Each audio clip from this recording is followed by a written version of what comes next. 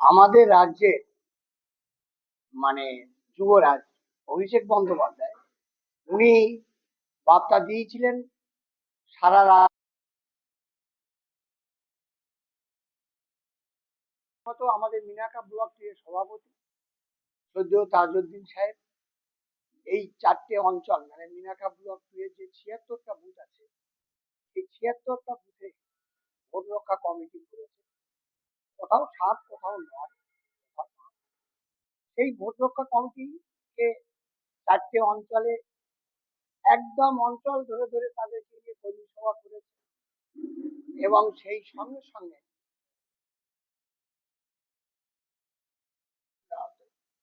এখানে ভোট রক্ষা committee meeting হওয়ার সঙ্গে সঙ্গে আমাদের লক্ষ্মী এলো ঘরে যে কর্মসূচি, সে কর্মসূচিটাও হয়েছে।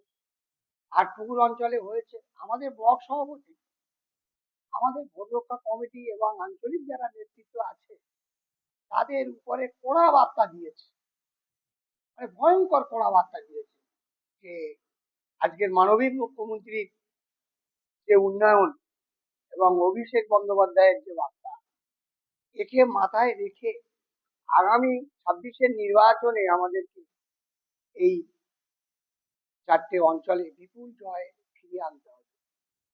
আমরা চারটে অঞ্চলে আরো বেশি বেশি ব্যবধানে জিততে হবে এবং মিনাকা বিধানসভায় আমরা যেন বসিরহাট সাংগঠনিক জেলার মধ্যে মিনাকা বিধানসভাকে ১ নম্বরে নিয়ে যেতে পারি। এটা আমাদের তাজউদ্দিন সাহেবের বার্তা এবং সাধারণ কর্মীদের উপরে খুব বড় মাপের হুইপ করেছে। তারপরে আমাদের চাপালি গ্রাম পঞ্চায়েতে ভোট রক্ষা কমিটি সমস্ত কর্মীদের নিয়ে কর্মী সভা হয়েছে। ওখানেও লক্ষ্মী এলো ঘরে, পর্দার মাধ্যমে মায়েদেরকে আর কি দেখানো হয়েছে। আরো গ্রামবাসী অনেকে ছিলেন। তারপরে মোহনপুর গ্রাম পঞ্চায়েতে কালীবাড়িতে ভোট রক্ষা কমিটি নিয়ে বসা হয়েছে। একটা জিনিস দেখা গিয়েছে, আমাদের ব্লক সভাপতির নির্দেশ মতো ভোট রক্ষা কমিটিতে মানে যারা লিপিবদ্ধ যাদেরকে করা হয়েছে তাদের উপস্থিতিটাও একেবারে 99% বলা যায় খুব ব্যতিক্রম, মানে ২-৩ জন ৪ জন করে অনুপস্থিত।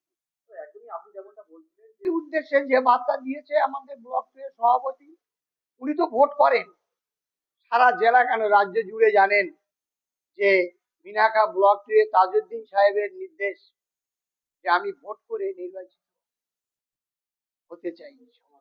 আপনারা দেখেছেন গত পঞ্চায়েত নির্বাচনেও অবাধ ভাবে সমস্ত নমিনেশন সাবমিট করেছে, ভোট হয়েছে।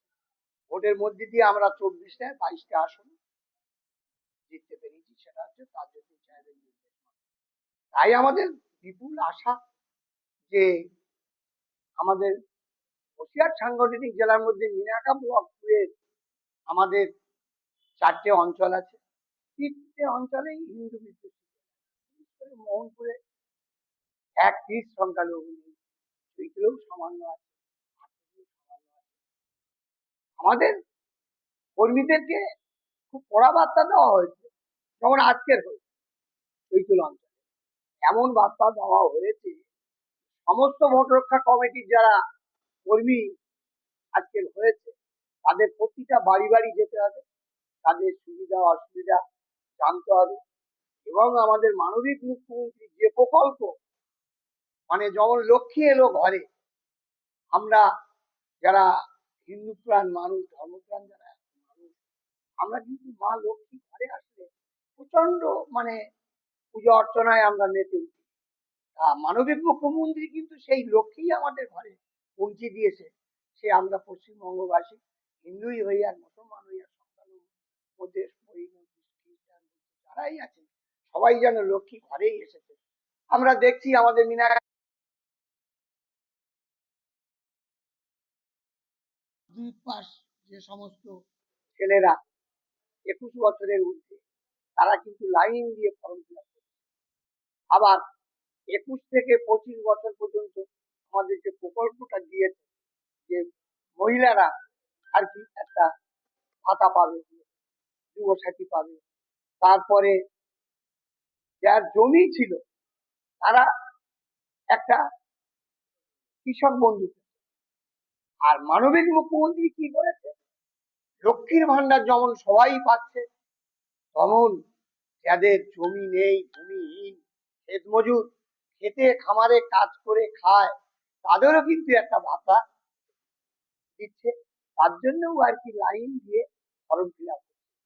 এত কিছু উন্নয়নের মধ্যে আমরা আশাবাদী, এবং আমাদের ব্লক সভাপতি তাজউদ্দিন সাহেব আশাবাদী, বাংলার যুবরাজ অভিষেক বন্দ্যোপাধ্যায় যে ভোট রক্ষা কমিটি করেছে, আগামী 28 তারিখে যে ফাইনাল ভোটার লিস্ট পাবলিশ হবে, সেখানে যদি কিছু ভোটার কোন প্রকারে বাদ যায়,